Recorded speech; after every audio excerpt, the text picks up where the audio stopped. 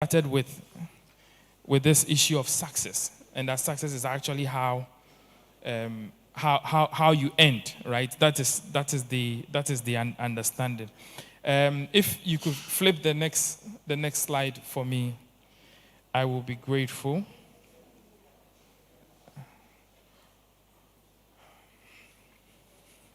Right. So, as this is before COVID, okay, and this is not Ghana, this is the US.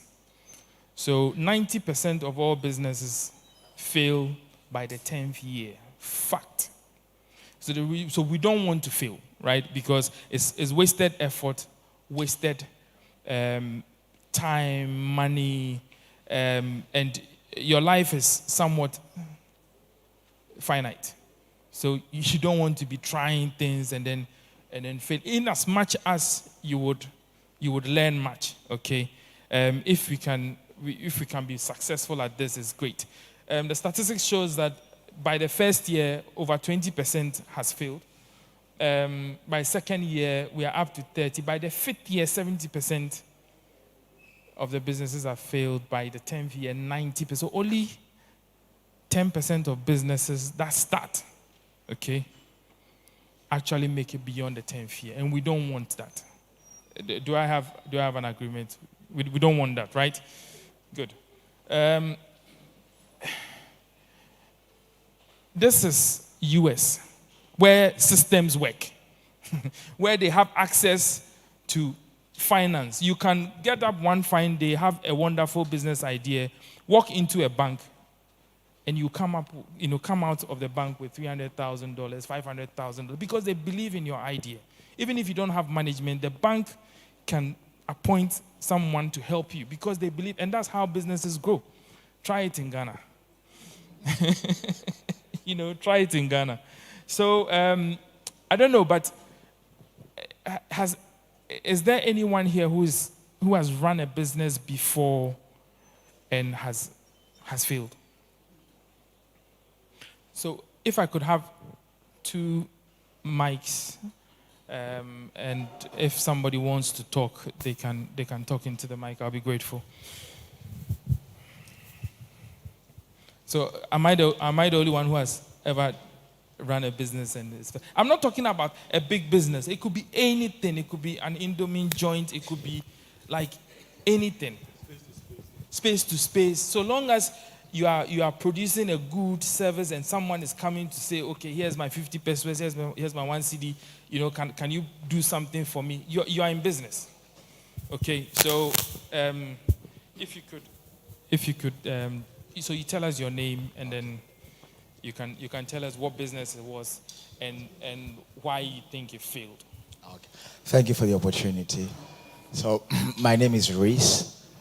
And I started a language business, where I was teaching people French and English, and also doing translating documents, books, and various documents from English to French and vice versa. I was providing interpretation services as well. So I was in business, I think, for less than a year, a couple of months. Okay. And for like 2 months, I couldn't get a client. I couldn't get a deal. Wow. I couldn't get a student. But the first breakthrough came, I think, after 2 months. Okay. With a lot of work. Okay. And I was able to get like 2 students and 1 contract for translation, I think. Okay.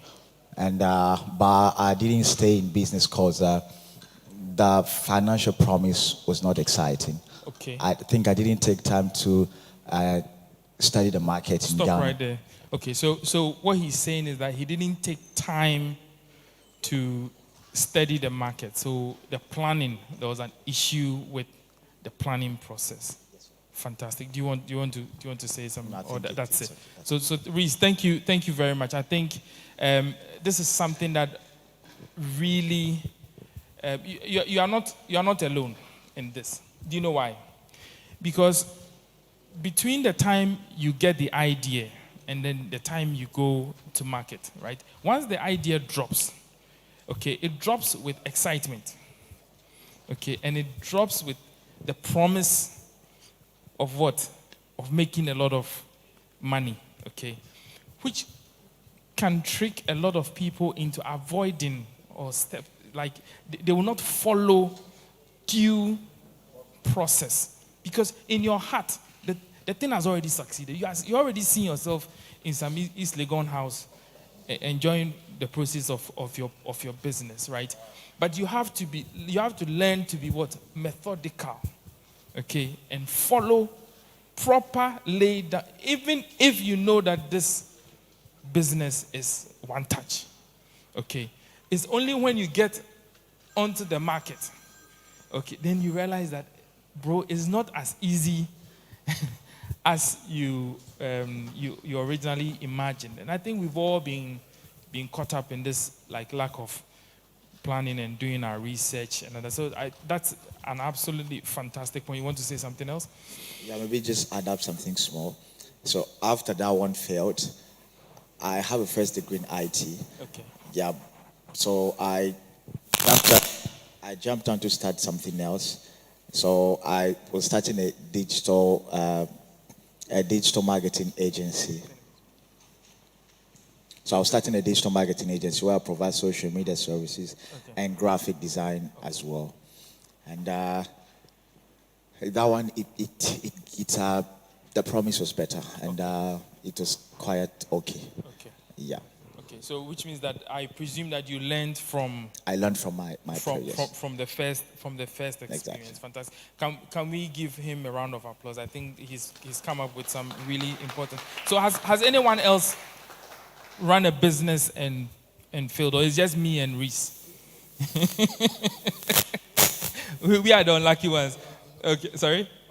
Oh, yeah, but I'm not seeing the hands. So, okay. So let me do what the old man does. Let me change the question. Okay. Is there anyone here who has started a business and has been successful and the business is still running today? The hands are still down. So, would anyone want to share their experience? Okay, so let's Pastor Richard share his experience, and then I'll come to you. Okay, so my name is Richard Ampao. So years ago, I was in Europe, and then an idea dropped into my head that, I could do used ties business. Wow. So I dreamt of it. I got excited about it.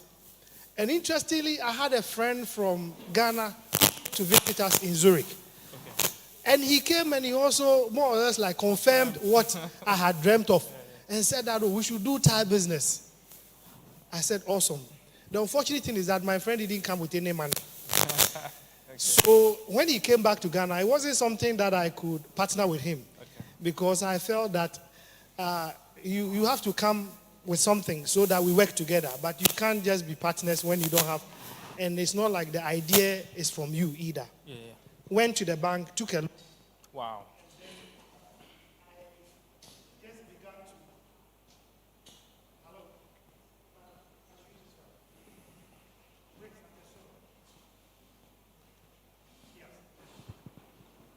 All right, so I got the money, and then I began to go and look for used ties.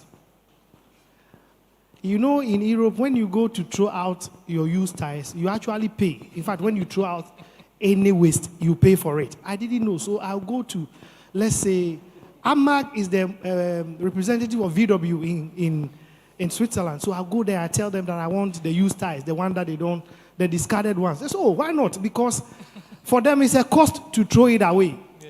And me, I felt that it's a business opportunity for me. So I'll go and take everything. I rented a lager, or what we call a garage. Okay, garage. So I put all this stuff in. Then I realized that it's time to load the things. So I went to one of these guys who arrange the tires, because so they can put small one in the big one like that. So when the guy came, then he told me that, hey, boss, these tires that you are taking to Ghana, nobody will buy them. Because these are not the sizes that they want. Wow. I should have done my due diligence before going for all these tires. Absolutely. I spent over 4,000 Swiss francs to throw away those ties. Wow. I had booked for container, so I still had to load the rest into the container. And then the ties came to Ghana. Look, these ties came to Apostle Kai. And when the guys who buy the ties come, they say, na Jimmy for na. Akofa. Yes. Akofa ties we have. And so the few ones that were good, as I was lucky, they bought them. But those ones, it became a challenge. In fact, at a point, I didn't have a shop also. So the shop owner is taking his shop and all that. It was a challenge. And it was a very terrible business. And I learned my lessons from that. Fantastic. Thank you so much. I think we should clap for him. That's a very good. So in the interest of time, we don't have time. So I'll just take these two examples. Okay, I myself, about 12 years ago, I started a pork business. Okay, so this was the first time. I just come back from the UK, and I had the whole McDonald's idea, and I'm like, I can do pork and do the yam and do the green pepper and package it nicely, put some onions, spring onions, and garnish it nice, and it worked so well. Look, back then, I think my best sales in 2012 was in 1 month I made 30,000 Ghana cedis selling just pork and yam, because I had tapped into. So I now had pork lovers. Okay, at like this Barclays branch, this Stanchat. So on Fridays, I'll be like, we are doing pork and kinky. Should I deliver? Then that one day is big order. So you go, maybe 400 Ghana cedis. You get 300 Ghana cedis here and there. So it worked well for a time. But I also ran into challenges because I was slaughtering, I think, about 6 pigs every week. And we were running 7 days a week. So I started getting supply challenges. Now here I was, back then, I was at London Boy. I'll be in the bush with a hunter. Because some pig that we bought, has jumped out of the truck and is going into some place that nobody, so we need to, and so supply became a big issue.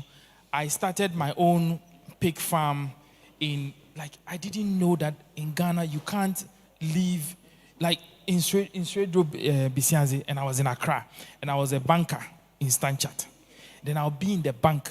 Then the guys will call me that, there was some storm, so the gate opened, and about 50 pigs have gone up. But when we brought them back, we couldn't find 8. Then I will jump into my car. Maybe it's in the afternoon, drive like I'm losing, just to go in. And over time, yes. So they'll call you in the morning and tell you that last night some armed robbers came and they've stolen 12 of the pigs. But you see, if you know anything about your cost of goods, right, and what your gross profit is and what your over, then you know that at the end of the day, your margin is like maybe 15-20%. So if you have 300 pigs and in a month or 2 you lose 12, that is the 1 year work. Look, they frustrated me, and so what I was trying to do was what they call backward integration. So I would have the pigs, and my pigs would be supplying. So I had 4 pork joints around Accra. So that the money will be circulating, I had planned everything. Then I also had the issue of staff. In fact, same issue. So I can tell you stories upon stories. Because all through the value chain, someone is trying to, and I tried every single idea that I knew. And I couldn't. So I was surviving until I left. I decided in 2016 I had to go and do my master's back in London. So I went. And then I had not groomed anybody to run the business. And then the stories became even more marvelous. Anchebia na business the business the go here. But I learned so much. No professor can teach you these things. So some of our failures, they are actually setups for, for our breakthrough in the future. So, but we have learned, we've seen that you need to properly understand what you are doing. We don't have time. There's so much that we have to go through, but I will not rush it, okay? We'll take it step by step. So I would try and, can I have the next slide? Okay, so reasons why startups fail, right, or businesses fail. I've got poor planning, okay? So we also, is number one, poor planning, and then poor administration, which is the leadership factor, okay? And then your finances can run out, okay? Because you are always very optimistic about your projections. Oh, if I start in 6 months, dear, some money should be coming in. Trust me, sometimes 2 years, dear, not shame by it. So you have to be, very careful in how you do your forecast, because you can have a brilliant business, but you will run out of money along the line, and you can't pay your rent, you can't pay your staff, and you have to stop doing what you are doing, right? Then sometimes you can also be in the wrong market. Okay, it's a bit of a technical point, so I'm not going to go into it. But you can have a brilliant business idea, okay, but you can launch it in the wrong market, okay. And then obviously lack of research. I think that one of the things that also plagues us here is the lack of trust. Okay, so we all want to do things by ourselves. Okay, I don't trust you, so I will not partner with you. Someone may have the money, the other person may have incredible leadership skills. Like you look at the synergy between Steve Jobs and Steve was just a great marketer. He just knew how to make products that you like. All the coding was from somebody that, as I'm standing here, I can't even remember the guy's name, but he was actually the brain behind it. And Apple would not have been successful if they didn't have that partnership. I think there's something that is really killing and really slowing African businesses down, because we are not trustworthy. So sitting across you, I want it all for myself, so that the ego. But if we could partner, sometimes businesses, right? 10 people, 15 people can come together and set something incredible up, and they will all benefit. 10 years, 20 years from now, they are all millionaires because they were able to partner. But if you don't get the right partner, you are in deep trouble.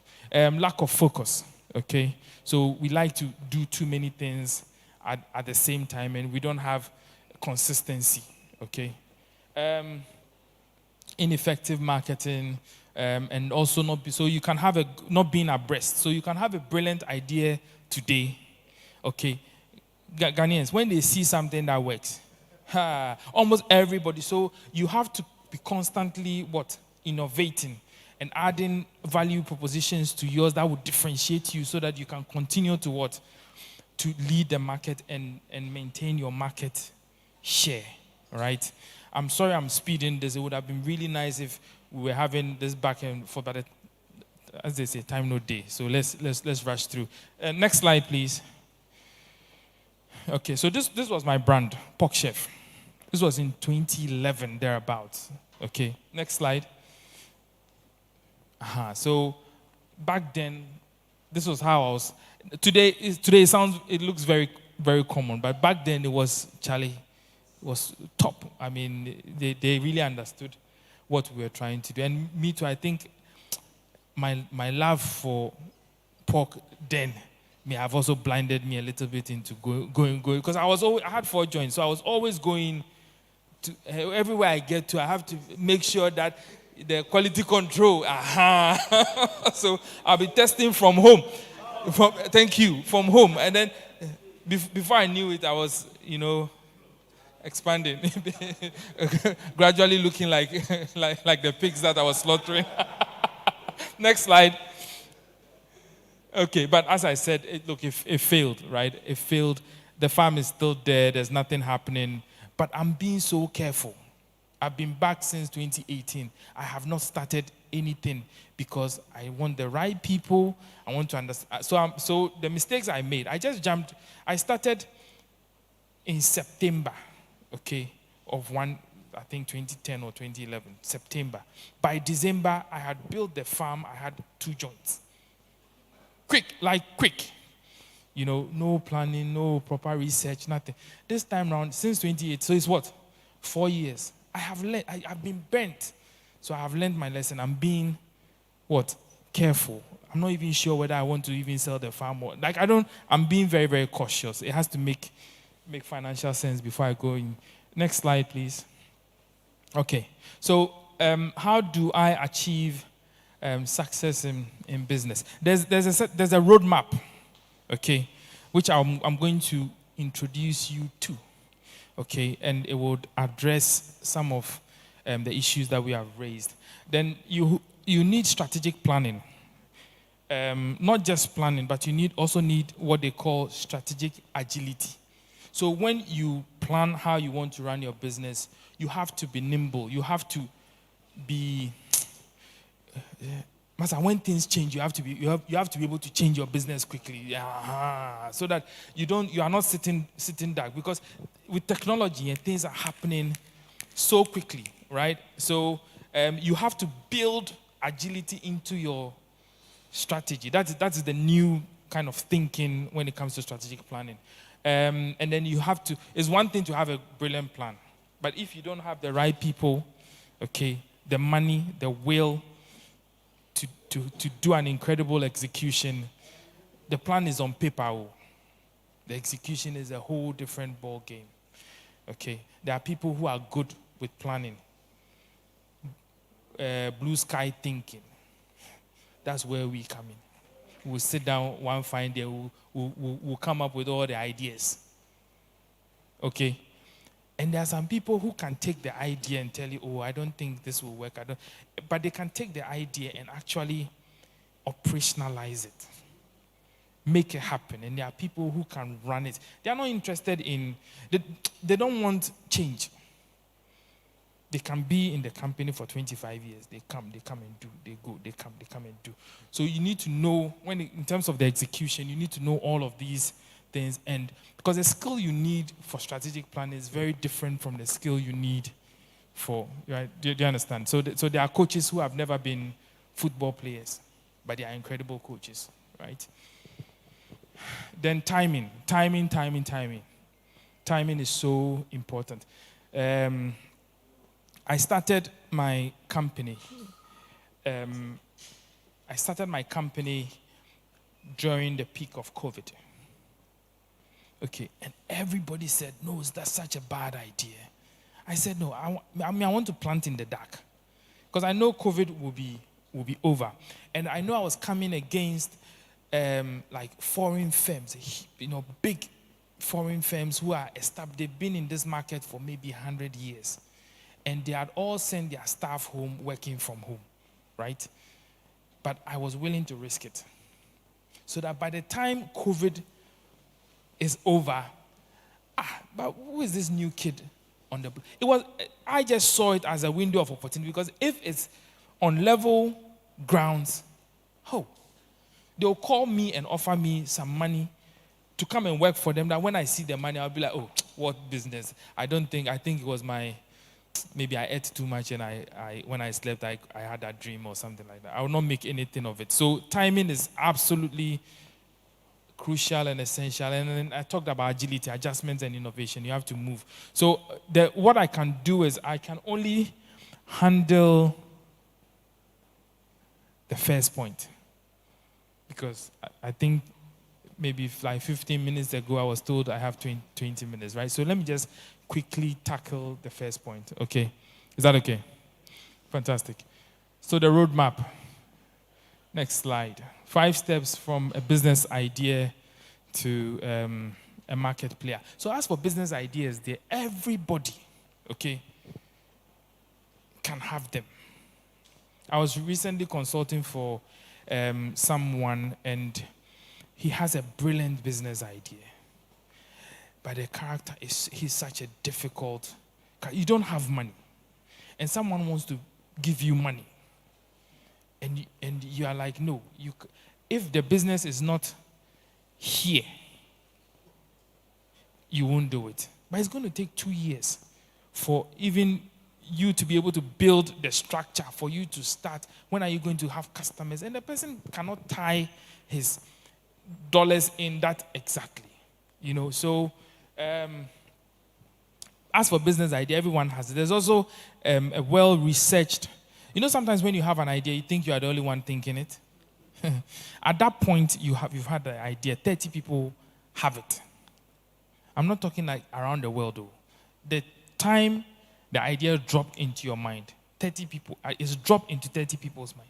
Because we are all connected on a certain subconscious level, right? So this information is not exclusive unless you hear it from the Spirit of God and He makes it exclusive to you. But that is the reason why when you can pick vibe. Do you understand? You can sometimes know what someone is about to say and things like that, right? So but don't be too excited about your business idea. Be excited about the next slide I'm going to show you, because that is what is going to transform your business idea, okay, into products, and products into profits. Is that okay? Fantastic. Next slide. Right. So 5 steps. Ideation. It's a word I don't like pronouncing because I've pronounced it correctly, but it sounds wrong in my ears. Ideation. Don't forget about the shen at the back. It's just the idea. Do you understand? The idea. I think what we do is that we wait for a hunch. Okay, we wait to feel, I think I have this idea.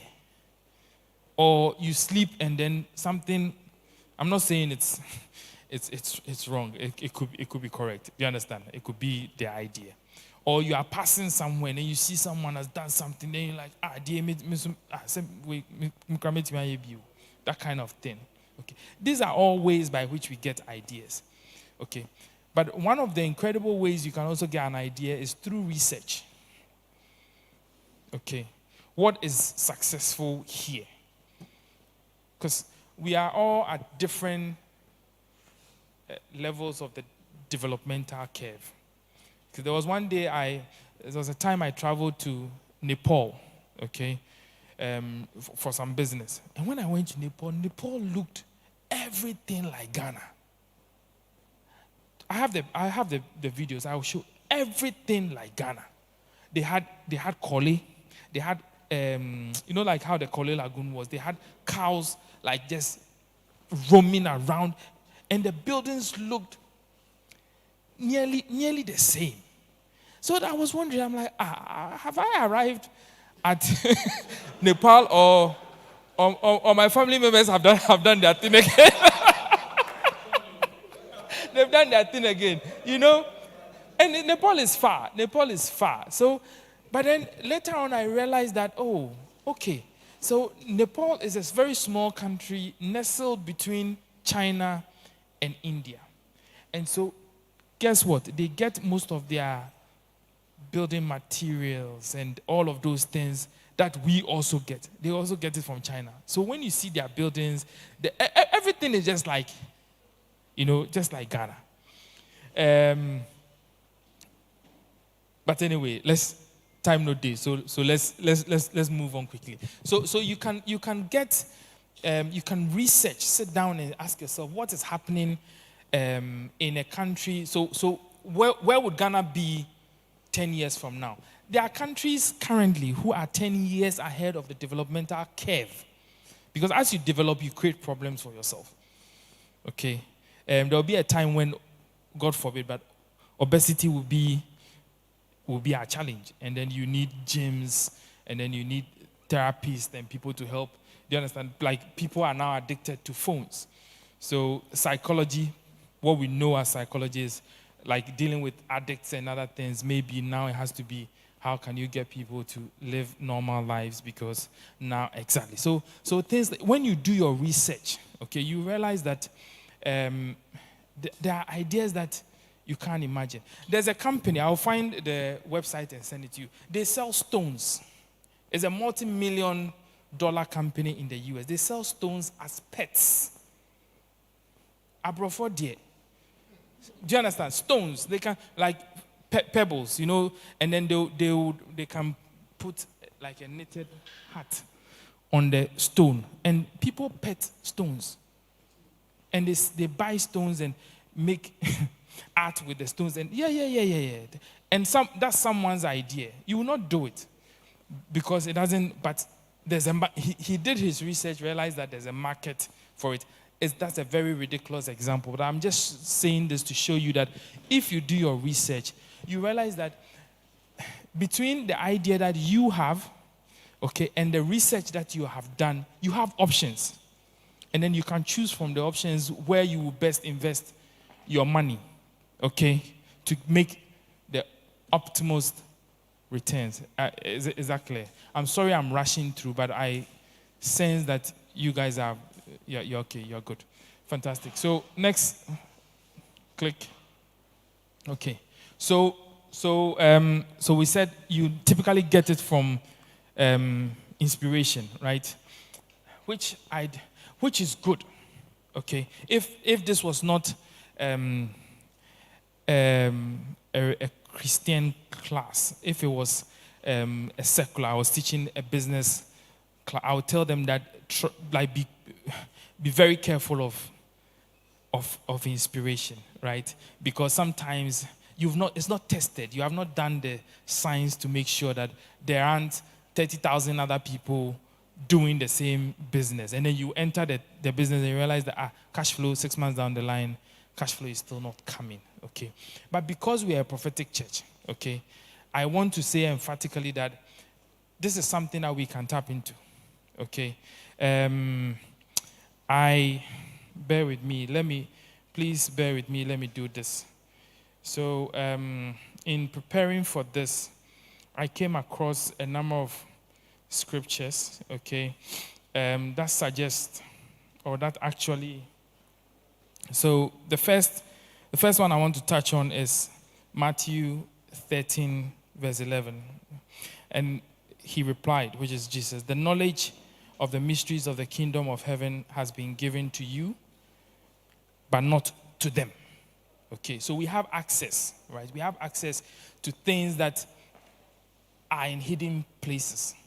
And if you want a business idea or like what's going to be the next big thing so that you can write it, you can tap into that grace, more especially in this house. Okay, so whereas I would tell them that inspiration is dangerous, I'll tell you that inspiration should be your first point of call. Okay, because even if you are not sure, you can verify. Is that okay?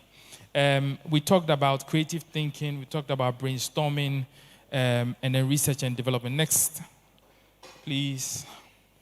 Validation. This is the step that nobody does. This is the step I didn't do, the step Reese didn't do, the step Pastor Richard didn't do, that led us all in losing our money and our precious time. Okay. But when you have an idea, you need to validate. One advice I also give is that because you are, your idea is your baby. Okay. So you make excuses for your baby. Try and get a second opinion. Okay. Try and get someone who is already in the market, or someone who is like a business consultant, someone who can give you an unbiased opinion about the idea, because that could be the difference between you wasting your time and not, okay? And what I'm saying is that at the validation stage, you want to do a prototype or you want to do a concept development. So I want to do this big project, okay? Maybe I'll do it on a small scale and see how the market responds to it before you go big. You see this thing that I'm telling you? Even me, I'm sure that if the day I get the next big idea, if I'm not careful and God doesn't help me, I'll probably skip this thing. Because it's in our nature. The desire, the drive that you get, you just want to get to market. Okay. User acceptance, investor validation. Investors, So, see, even if you have your own money, see if someone will want to invest.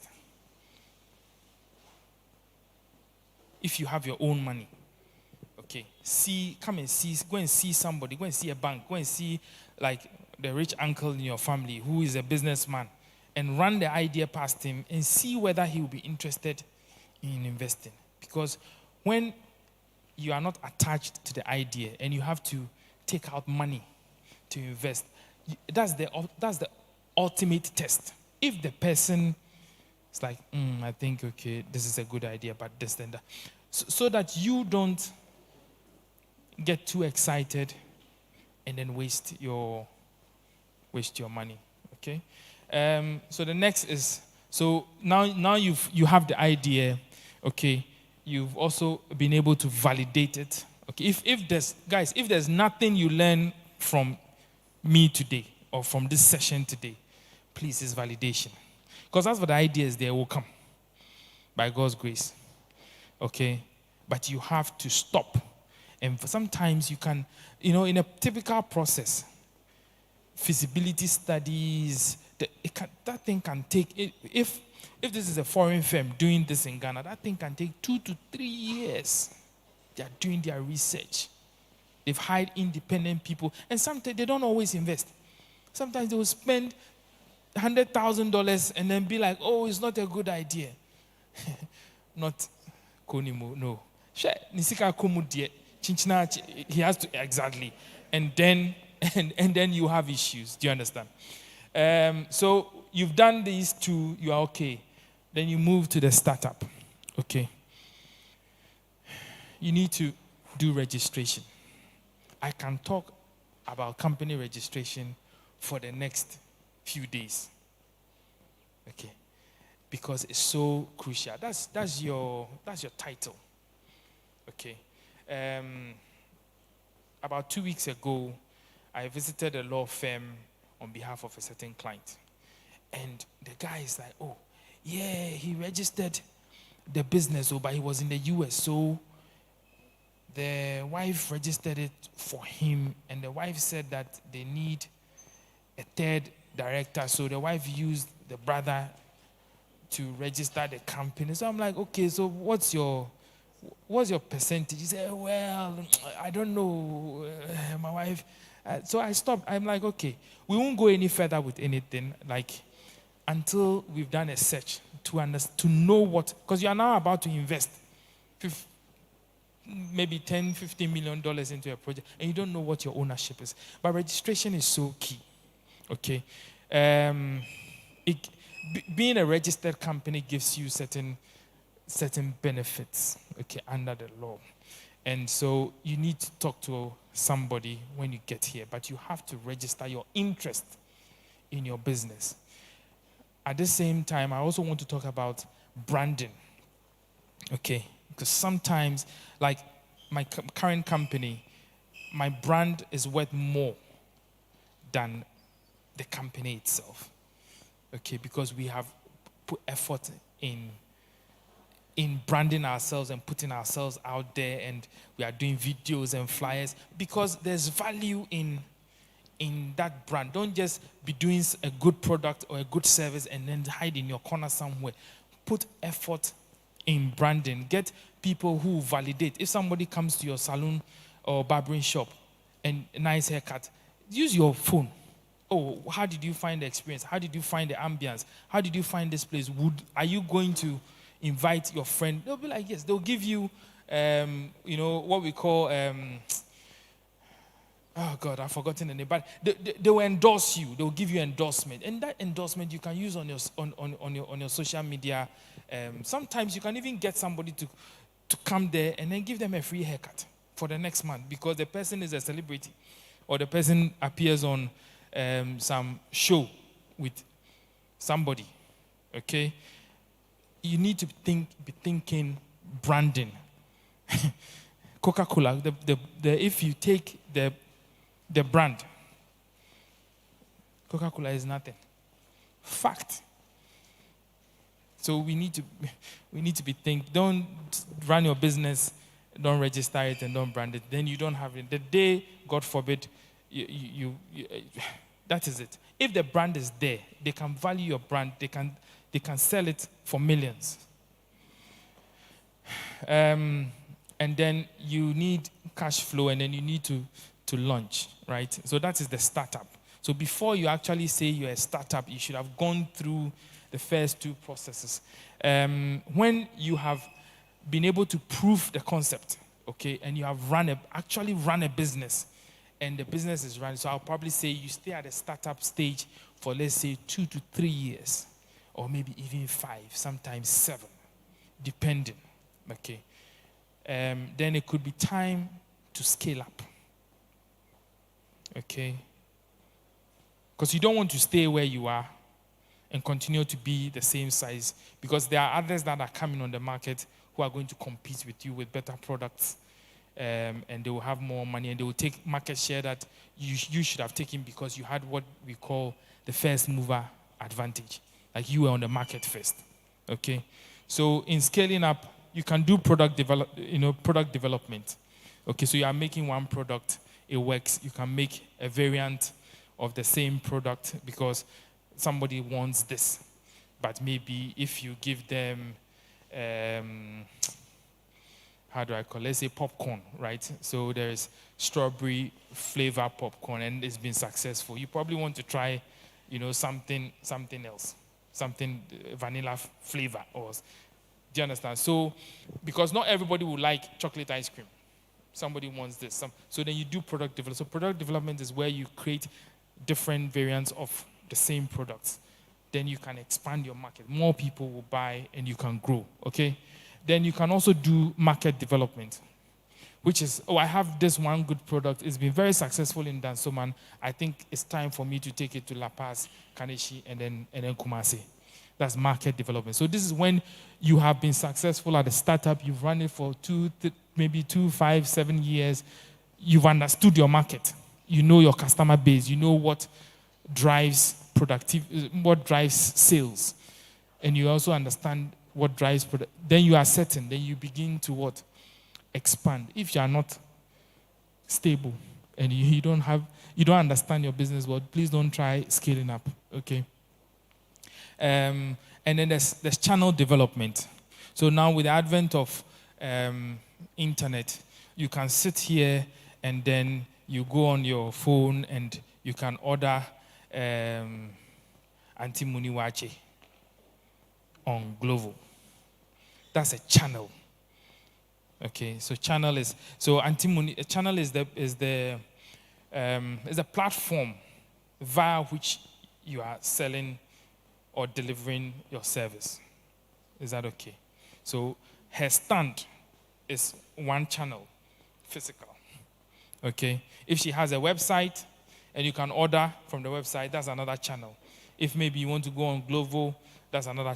So channel development, because you can't reach all your potential market via one channel. There are some young people who don't even watch TV. They're always on Instagram. That's where they live. They're not like us. We visit YouTube. Like you send somebody WhatsApp, they check it in like 2 weeks before you tick.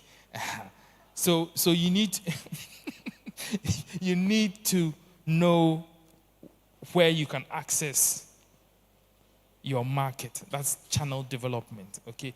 Again, a very big topic which we can always look into. And then franchising. We don't do franchising in Ghana, but you see there is KFC. When you go to London, there's KFC. And when you go to US, there's KFC. Wherever you go, there's KFC in Ghana. Okay, that's franchising. The brand, those who brought KFC to Ghana, they don't own the brand. They just go to KFC and they're like, okay, can we use your brand to sell chicken? KFC is like, okay, fine. I don't have a problem. But these are my terms. If you want to do, I need standardization. If somebody goes to eat KFC in Germany and comes to eat the same KFC in Ghana, it has to be the same. So these are the ingredients you have to use. This is how you have to design the place and all of that. They'll give you, and they'll tell you that at the end of the day, you have to pay me 6%, maybe 6% of your gross earnings. If you're happy, what that does is that it would help you So you have a recognizable brand. Branding is very powerful. Okay, if I know Nike, okay, and I see wherever I see Nike, I know what to expect. So you can cut many years of your development if you can go into such deals to the extent that they are beneficial to you. Okay, franchising. There are so many companies, products. Honestly, if you are to look at what commerce is in Ghana, once you take out what comes from the farm, the jene, drawing toast, and all of those things, just look on your table. Most of the things, I'm sure even the popcorn, I don't know. I doubt it's our own corn that they have popped for us. But popcorn comes in packs, and then you put it in the microwave, and the Coca-Cola. So all of these things can be some form of, because these are brands that are globally recognized, and they are big, and they will support you, okay, but at a fee. So it's something that we can also, you don't always have to start business from scratch. Franchising is something that if you guys are interested, I can also come and talk about. There are millions of brands all over the world. Some of them, they've not even heard of the name Ghana. They'll tell you Africa is a country. They think it's all safari. But maybe they have an incredible product that is not. Do you know how Sikkens made his money? At the time, he was the one who, so he got franchise from the Sikkens company. And then the next thing, after a few years, they begin to trust him. Then he opens a factory here in Ghana and begins to produce. Do you understand? And they will also give you what they call supplier credit. So once they begin to trust you, they'll be, okay, we have a goods. For millions. So if you are lucky, the demand for the good will be so high in Ghana that by the time it gets to the port, you already have people with ready cash. So these are all the various ways that you can come up with business ideas to be able to make money, big money, so that when we come and we drop our envelope there, even the author will be like, yeah, it will feel the weight, the weight of the glory. We'll feel it. And then the last is, so now you've become a market player. What do? You need to defend, right? And then you need to continue to innovate. I am so sorry I've had to rush this thing. I'm very sorry. But by God's grace, I'm not going anywhere. I'm here. So if you think your interest has been pegged, if you want to ask a personal question, it's about your business, I'm willing and available to assist. If there is time in the future and any particular topic, you want it further addressed. So we've done 1 of 5. Okay. Or we have, even that one we rushed it. So there is more. But I believe that the more knowledge we have, the better prepared we are. There's a reason why non-Christians are succeeding in business. You should go to Dubai and go and see what is going on there. It's serious. I'm not sure there's any nation now like Dubai. No. In terms of how modern their infrastructure is. This is a desert. They've turned it into, they have more grass there than in Ghana. Fact. Okay? Why? There are principles. You need to know how to get credit. Okay? Until you are able to access credit, you will not be able to do big business. You can't always use your own equity because it's not tax efficient. So these are things that we must learn, okay? And once we engage the spirit, we will then be able to have that advantage over the rest. So I think I'm going to stop here, and then I don't know if we have time. We have time for questions, but.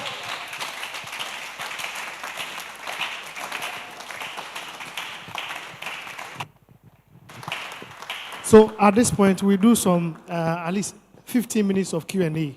So if someone has a question, you can ask. Please let it be brief. Eh? Okay, So, you so spoke hold about- on. Before you ask the question, so I'm not the only business mind here. So the question he's asking is not to me. He's asking the question to us. So you have to listen. Because if I can't answer, I may call you. And if you are not listening, then you come and take this place here. Okay, so go on. You spoke about validation, which is a very important aspect. It's also one aspect I think my business didn't really do well. Okay. Because I had to go to someone and confine and ask. And then by the time I realized the person is doing my business and had reduced prices, Okay. and because of that, my business didn't really do well. Okay. So how do I manage this? Okay, so what we are trying to by the way, that's a very brilliant question. What we are trying to implement in Africa is the Western business model. Okay, and we've come so far that I doubt whether we can actually develop our own way of business. I'll explain what I mean. If this was the West, okay, there's something called a non-circumvention agreement.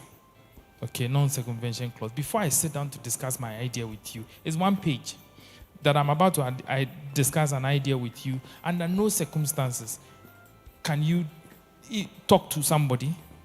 Okay, can you do the same business? And you will sign because you don't know what I'm about to talk to you about. Okay, then that protects your interest.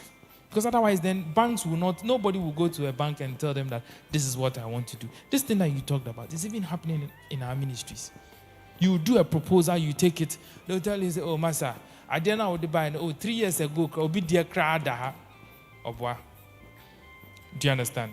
He's going to remove your company name, and then 2 weeks later, you see that someone is doing it. So you can, it requires wisdom. Because even if you have a non-circumvention clause, okay, with somebody, are you going to go through our legal system? Go and come, adjourn, go and come, adjourn, go and come.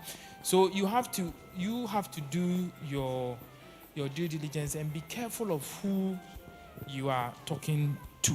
The person should not necessarily be someone in that particular field. Okay, I can decide to speak to a pharmacist who has run pharmacies before and who has branches. Maybe my problem has to do with how do I coordinate and get accountability from branches. So you just have to be careful. But it's not I wish I had an answer for you, but I don't think it's just the risk of entrepreneurship and doing business that people, if you are not careful, people will steal your idea. I also think that for every idea that God gives you, He gives you space. Like, it's not just the idea, He's also giving you the spirit. So you can hear my idea, but God hasn't given you that spirit.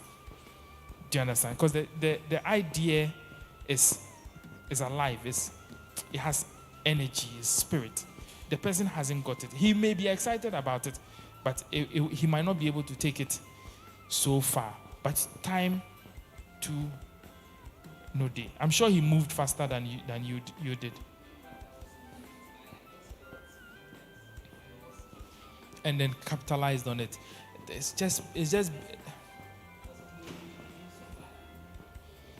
But you see, it was a risk that you should have foreseen. The business is just full of risk. You just have to know who to. Yeah. So I'm hoping that next time we'll all be careful.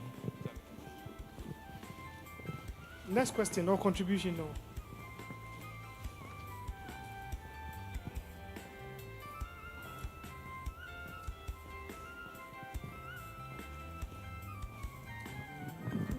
Honorable, thank you so much for the opportunity. Please, you made mention of franchising. In this time that we are supporting made in Ghana goods and all that, do you think the franchise is also can help the Made in Ghana goods? Or are you in support of franchise? Ah, goodness. So, so what do you want to do? Do you want to make money or do you want to support Made in Ghana goods? Because I can't have. You're asking me. This is like is it a simultaneous equation or yeah, or a quadratic? You know that there are too many things to solve. Do you understand? So you need to decide. But there are a lot of foreign firms that are providing jobs for Ghanaians and paying taxes. Okay, you can franchising is also not only with Western organizations. You can have a local franchise. You can go and see Papaya and say, I want to take Papaya to Bolga or something.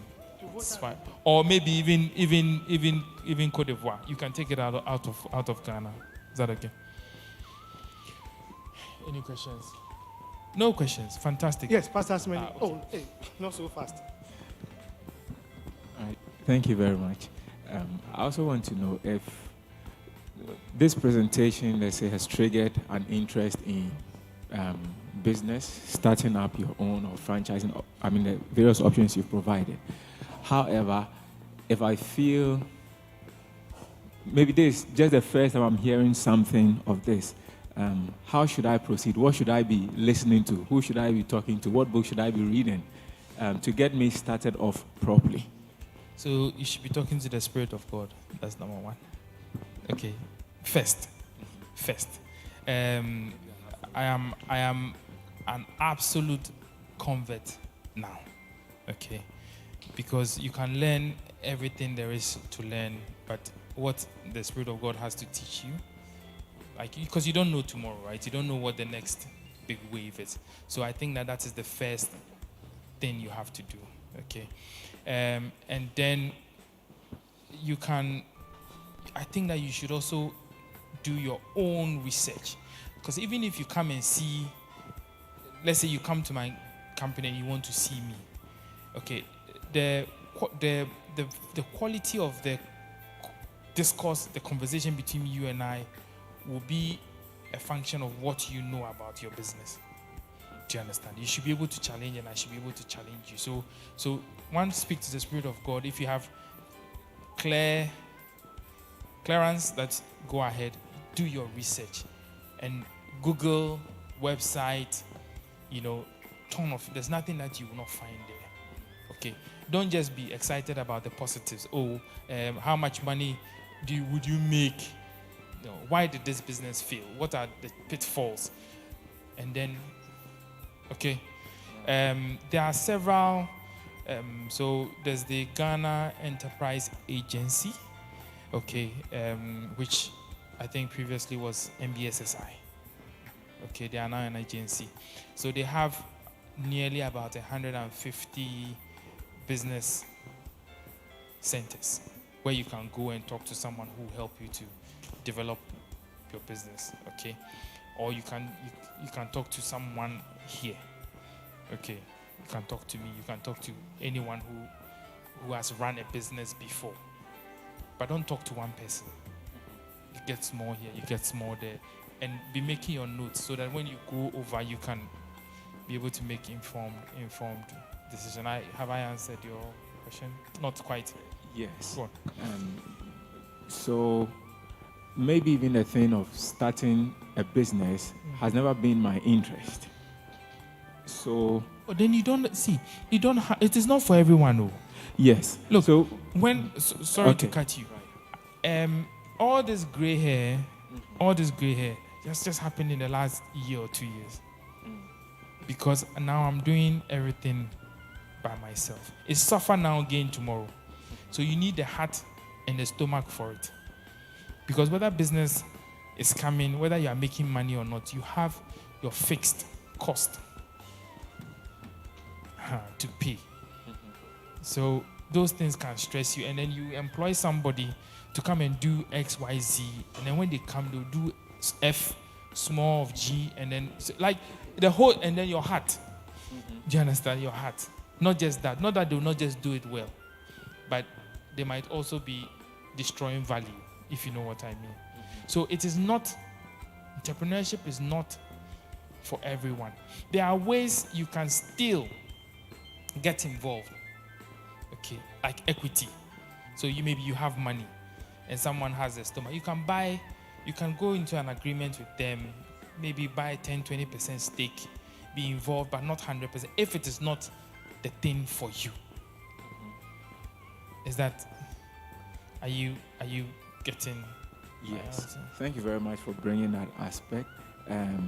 I think the other thing I would like you to speak to is, not probably because I feel I'm not cut out for it, but maybe I've been oblivious to these things. So just the fact that I'm in a meeting like this, somebody talks about it, then it triggers an interest. Okay, I might be feeling that way here. Somebody might be feeling that in a meeting like this.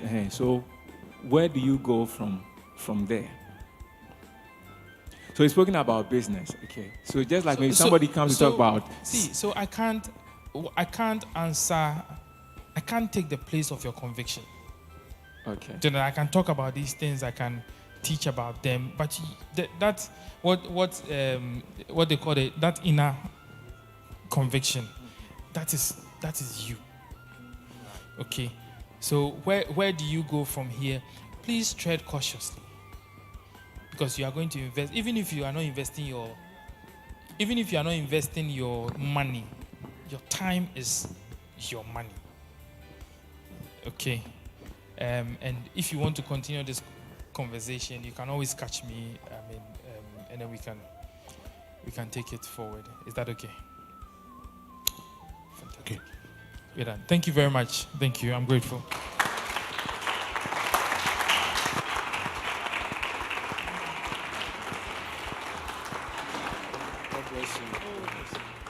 Men's ministry.